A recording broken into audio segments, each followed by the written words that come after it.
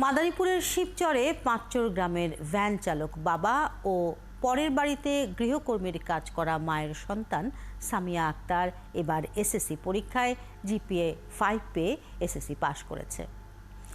অভাব অনটনের সংসারে মেধাবী সামিয়ার পড়াশোনায় তার পাশে ছিলেন স্কুলের শিক্ষকরা। তবে সামিয়ার উচ্চশিক্ষার খরচ নিয়ে এখনই চিন্তায় পড়ে গেছেন তার বাবা মা। মাদারীপুর থেকে নাসরুল হকের তথ্য ছবিতে প্রতিবেদন।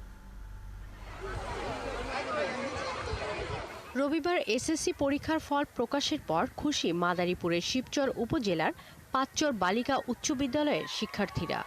তাদেরই একজন সামিয়া আক্তার, মানবিক বিভাগে জিপিএ 5 পেয়েছে সে।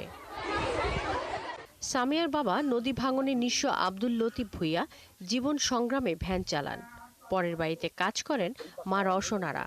এই আয়ে চলে তাদের 5 জনের সংসার, যেখানে সামিয়া ছাড়াও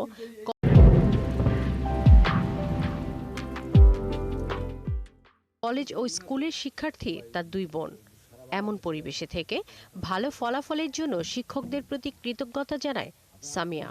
তারা দুজন অনেক কষ্ট করে আমাকে পড়ালেখা করাইছে। তারপরে হচ্ছে আমি যে বিদ্যালয়ে পড়ি তার নাম হচ্ছে পাঁচচর বালিকা উচ্চ বিদ্যালয়। এই বিদ্যালয়ের প্রধান শিক্ষক মোহাম্মদ শামসুল হক এবং অন্যান্য শিক্ষকবৃন্দ আমাকে অনেক সাহায্য করছে। আগামীতে যদি সুযোগ পায়, আমার বিশ্বাস এদেশের অদম্য মেধাবীদের যে গল্প একসময় ওরা তৈরি করতে পারবে, এই সামিয়ার পক্ষে সম্ভব। এমন এক হতদরিদ্র পরিবারের অদম্য মেধাবী সামিয়ার এই সাফল্যে খুশি তার প্রতিবেশীরাও।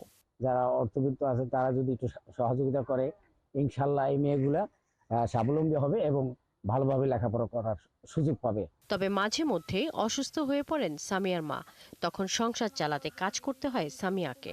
এমন অভাব অনটনের মধ্যে সামিয়ার উচ্চশিক্ষা নিয়েও তার বাবা মায়ের কপালে চিন্তার ভাঁজ।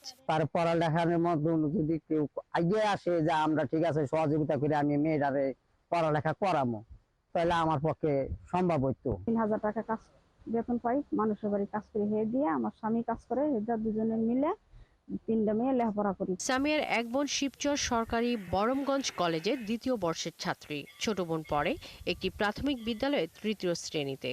বড় 2 বোনের বিয়ে হয়ে গেছে, তারা থাকেন স্বামীর বাড়ি। শাকিলা শম্পা, 71।